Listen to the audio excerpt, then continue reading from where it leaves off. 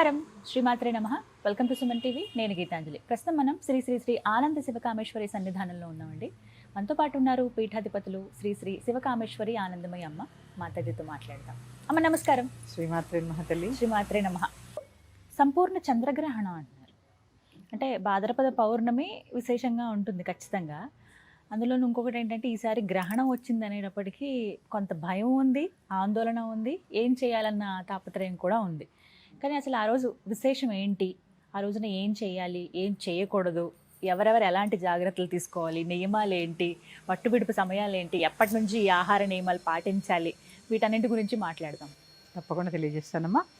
యాదేవి సర్వభూతేషు ఛాయారూపేణ సంస్థిత. నమస్తస్యై నమస్తస్యై నమస్తస్యై నమో నమః. ఇది రాహుగ్రస్త చంద్రగ్రహణం.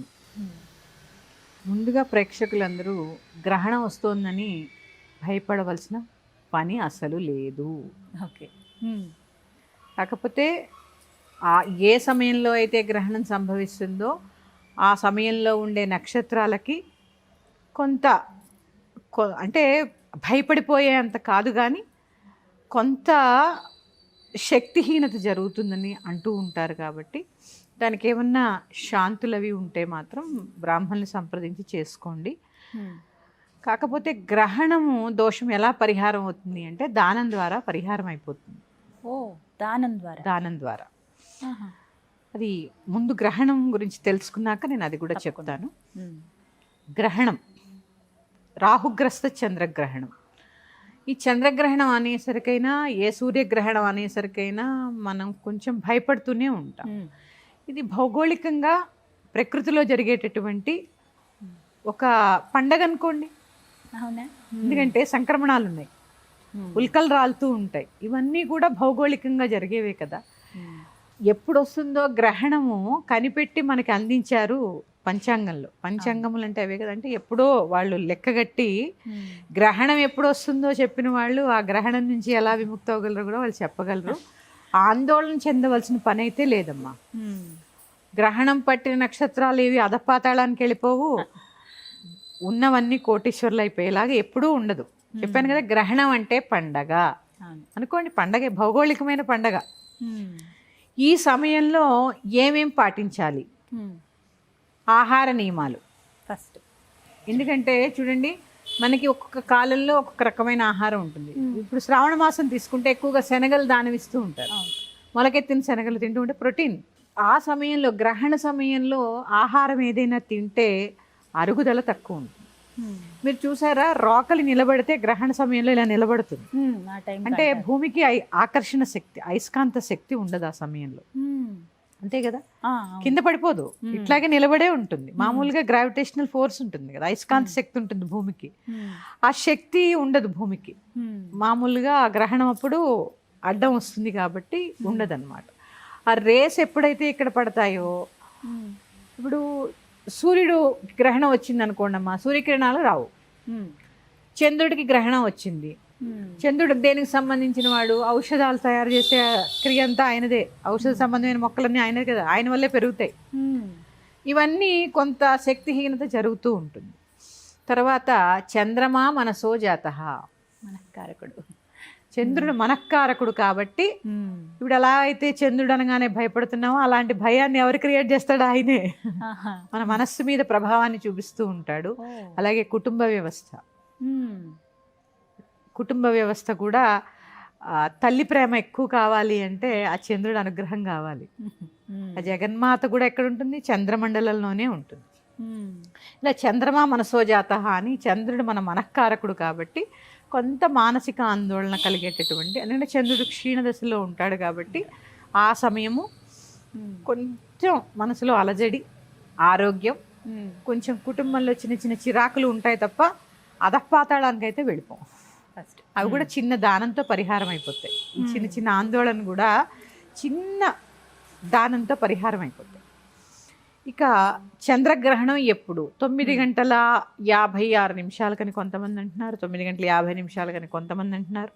బ్రాహ్మణులు ఎలా చెప్తే అలాగా. భోజన సమయము ఖచ్చితంగా అందరూ కూడా 6 గంటల వరకు పూర్తయిపోవాలి. ఇంకా నేను చెప్పడం అయితే 5:30 చెప్తున్నాను.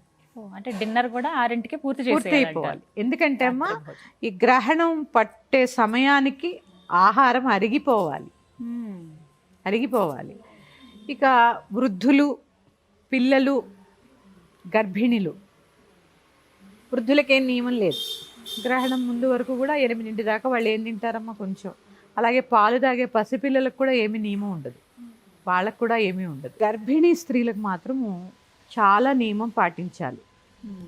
దర్భ పక్కన వెంచుకొని పడుకోవడము, ఆహారం 5 గంటల సమయానికల్లా పూర్తయిపోవడము, ఇక 9 గంటల నుంచి తెల్లవారుజామున 2 గంటల వరకు కూడా ఏ ఆహారము తీసుకోకుండా ఉండడము.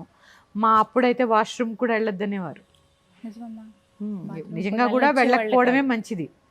అంటే ఆరు బయట ఉన్న వాళ్ళకైనా ఇంట్లో కూడా అమ్మా. మా అమ్మమ్మ అయితే, నాకు చిన్నమ్మాయి పుట్టినప్పుడు చంద్రగ్రహణం వచ్చి 4 గంటల సమయం, అసలు వాష్రూమ్ కూడా లేవని లేదు ఆవిడ. అంటే వద్దు అన్న పని చేయకండి. ఒక 3 గంటల సమయము, 9 గంటలకు ముందే చక్కగా 9:50 కాబట్టి 9:30 అలా ఒక వాష్రూమ్కి వెళ్ళొచ్చి మీరు మంచం మీద పడుకుంటే చక్కగా 2 గంటల వరకు, 1:26 వరకు విడుపు అనుకుంటా. చక్కగా స్నానం చేసి, విడుపు స్నానం ఖచ్చితంగా చేయాలి. అప్పుడే చేసేయమంటారా? విడుపు స్నానం అంటేనే అదమ్మా. అంటే మరి అర్ధరాత్రి కదండి అని అంటూ ఉంటారు. ఇంకోటి ఉందమ్మా ఇక్కడ, గ్రహణ సమయం అర్ధరాత్రి కదా, పడుకోవచ్చా? నిద్రలో వెళ్ళిపోతుంది గ్రహణం. నేను అదే అడుగుదాం అనుకున్నా. చంద్రగ్రహణం అంటే ఇంక రాత్రే, అందులో చక్కగా ఇంకా అదే టైంకి వచ్చింది. అవును, లేదమ్మా, అసలు గ్రహణ సమయంలో నిద్ర కూడదు. అమ్మో, అక్కడ అనుష్ఠానం పెంచుకోవాల్సిన సమయం గ్రహణ సమయం. ఇక్కడ దేవతాశక్తి క్షీణిస్తూ ఉంటుంది కాబట్టి దేవతలకి శక్తినిస్తూ ఉంటే అక్కడ ఏమవుతుంది, మనకి కూడా ఒక పూజ చేసామనుకోండి, ఫలితం 1% వచ్చిందనుకోండి, గ్రహణ సమయంలో అదే జపము, అదే పూజ, అదే హోమం చేస్తే 100 రెట్లు వస్తుంది, అధిక ఫలితం. ఇక్కడ మంత్రం డబుల్ అయిపోదు. చేసిన ఏదైతే పుణ్యం ఉందో, ఆ పూజ ఉందో, దానికి సంబంధించిన ఫలితం 10 రెట్లు వచ్చే అవకాశం ఉంది. ఇది అందరూ గ్రహించండి. గ్రహణ సమయంలో నిద్ర కూడదు. అది గర్భిణి కూడా చక్కగా ఏదో ఒక నామం చేసుకోండి చక్కగా. అంటే దీక్ష తీసుకుంటేనో గురుముఖంగా తీసుకున్న వాళ్ళు అయితే వాళ్ళు చేసుకుంటారండి. సాధారణంగా ఉండే మాలాంటి వాళ్ళు ఏం చేయాలి అని అడుగుతూ ఉంటారు. లలితా సహస్రనామం చదువుకోండి. ఎందుకంటే చూసారా, శివపార్వతులు ఇద్దరికి కూడా తల మీద ఎవరుంటారు? చంద్రవంక. చంద్రుడు అక్కడే ఉన్నాడు, చంద్రమండలంలోనే ఉన్నారు. 9:30కి స్నానం చేసుకుని అప్పుడు కూర్చోవాలమ్మ. పట్టు స్నానం అంటే గ్రహణం పట్టగానే స్నానం చేయాలి. విడుపు స్నానం అంటే ఆ విడుదల అవుతూ ఉంటుంది కదా, అయ్యే సమయంలో ఏ వస్త్రాలు అయితే ధరించామో ఆ వస్త్రాలు మించే స్నానం చేయాలి. అంటే ఇప్పుడు 5 నిమిషాలు తక్కువ 10 అనుకుంటే సుమారుగా గ్రహణం స్టార్ట్ అయ్యాక స్నానం చేయాలి. 10 గంటలకి స్నానం పట్టిన తర్వాత స్నానం చేయడాన్ని పట్టు స్నానం అంటారమ్మా. దీనికి ఎలా విభజించుకోవాలంటే పట్టు స్నానము, విడుపు స్నానం విడుదల అయిపోయిన తర్వాత ఇంకా విడుదల అవుతూ ఉంటుంది కదా లాస్ట్లో, అప్పుడు స్నానం మొదలుపెట్టి ఏ వస్త్రాలు అయితే ధరించి 1:20 1:26 అంతేనా? అంతే, 1:26 ఎంతో ఉంది. ఆ సమయంలో చక్కగా స్నానాది కార్యక్రమాలు, ఏ వస్త్రాలు అయితే ధరించామో శిరస్సు మించి చేయాలి. ఇది చేయకపోతే ఏమవుతుంది తెలుసా, మళ్ళీ గ్రహణం వచ్చే వరకు మైలలో ఉన్నట్టే. అమ్మో, ఖచ్చితంగా ఆచరించాలమ్మా. పట్టు స్నానము స్త్రీలు కంఠస్నానం చేసినా విడుపు స్నానం తలమించి చేయాలి. అలాగే చక్కగా లలితా సహస్రనామ పారాయణ, ఏ నామం చేస్తే చక్కగా ఒక నామం తీసుకోండి, అదే జపం చేసుకోండి. ధనం కావాలా, సంపత్కరి సమారూఢ సింధుర వ్రజసేవిత అనే నామాన్ని సంపుటీకరణ చేస్తూ, అలా మీ ఇష్టం, ఒక్కొక్క నామం ఒక్కొక్క ప్రత్యేకత. ఆ లలితా సహస్రనామాలన్నీ కూడా, లలితా సహస్రనామాలు కుదిరితే ఎన్నిసార్లు కుదిరితే అన్నిసార్లు అంతా కూడా పారాయణ చేయండి. లేదా ఒక నామం తీసుకుని చక్కగా జపం చేసుకోండి. పూర్వజన్మ కర్మలు నశించాలి. నిస్తులాని రచికురా నిరపాయ నిరత్యయ, కర్మలు తొలగటానికి, కర్మలు తొలగ, పూర్వజన్మ కర్మలన్నీ కూడా, ఈ సంచిత కర్మలన్నీ కూడా తొలగిపోతాయమ్మా ఈ నామం వల్ల. తర్వాత దాక్షాయణి దైత్యహంత్రి దక్ష యజ్ఞ వినాశిని, అలా ఒక్కొక్క నామము ఒక్కొక్క మంత్రం, ఒక్కొక్క బీజాక్షరం, లలితా సహస్రనామం అంతా కూడా చాలా విశేషంగా మనకు అందించారు వసిన్యాది వాగ్దేవతలు. అలా ఒక్కొక్కటి తీసుకుని చక్కగా చేసుకోండి. మీకు సమయం ఉంది, 3 గంటలు కూర్చోగలరు. పడుకోవడం మాత్రం పడుకోవద్దమ్మా, చదవగలరు. స్తోత్రాలు చాలా చదువుకోవచ్చు, మృత్యుంజయ మంత్రం చదువుకోవచ్చు. గ్రహణం పట్టినప్పుడు స్నానం చేస్తాం కదా, ఇక అప్పుడు జపం మొదలు పెట్టిన తర్వాత మధ్యకాలానికి అనుష్ఠాన పరులు హోమాది కార్యక్రమాలు చేస్తూ ఉంటారు. ఇక్కడ అదే చెప్పాను కదమ్మా, భగవంతుడికి మనం ఎంత శక్తి అందించగలిగితే అంత పుణ్యము. ఇది ఇంకోటి గుర్తుపెట్టుకోండమ్మా, గ్రహణం అనేది పుణ్యకాలము, ఇదేది పాపకాలం కాదు, ఇది ఒక పండగ. ఎందుకంటే భౌగోళికంగా ఏం జరిగినా అది పండగలాగా తీసుకోండి. సంక్రాంతి చేసుకుంటున్నావా లేదా, రథసప్తమి చేసుకుంటున్నావా లేదా, ఇట్లా ఇన్ని చేసుకుంటున్నప్పుడు గ్రహణానికి ఎందుకు భయపడుతున్నారు? భయపడద్దు. భగవంతుడు ఉన్నాడు అని మనకు నమ్మకం ఉన్నప్పుడు ఎందుకు భయపడాలి? ఆ భయపడ్డము, ఎక్కడెక్కడికో వెళ్ళిపోవడము, ఎన్నో వేలు లక్షలు ఖర్చు పెట్టడము. మీ ఇంటికి పురోహితుడు ఉంటాడు. గ్రహణ సమయంలో చెప్పాను కదమ్మా, పట్టు స్నానం చేసుకుని, మీకుంది, మీ రాశికో నా రాశికి ఉంది అనుకుందామమ్మా, ఓ బ్రాహ్మణ్ణి పిలుచుకోండి, చక్కగా జపం చేయించుకోండి, చంద్ర జపం.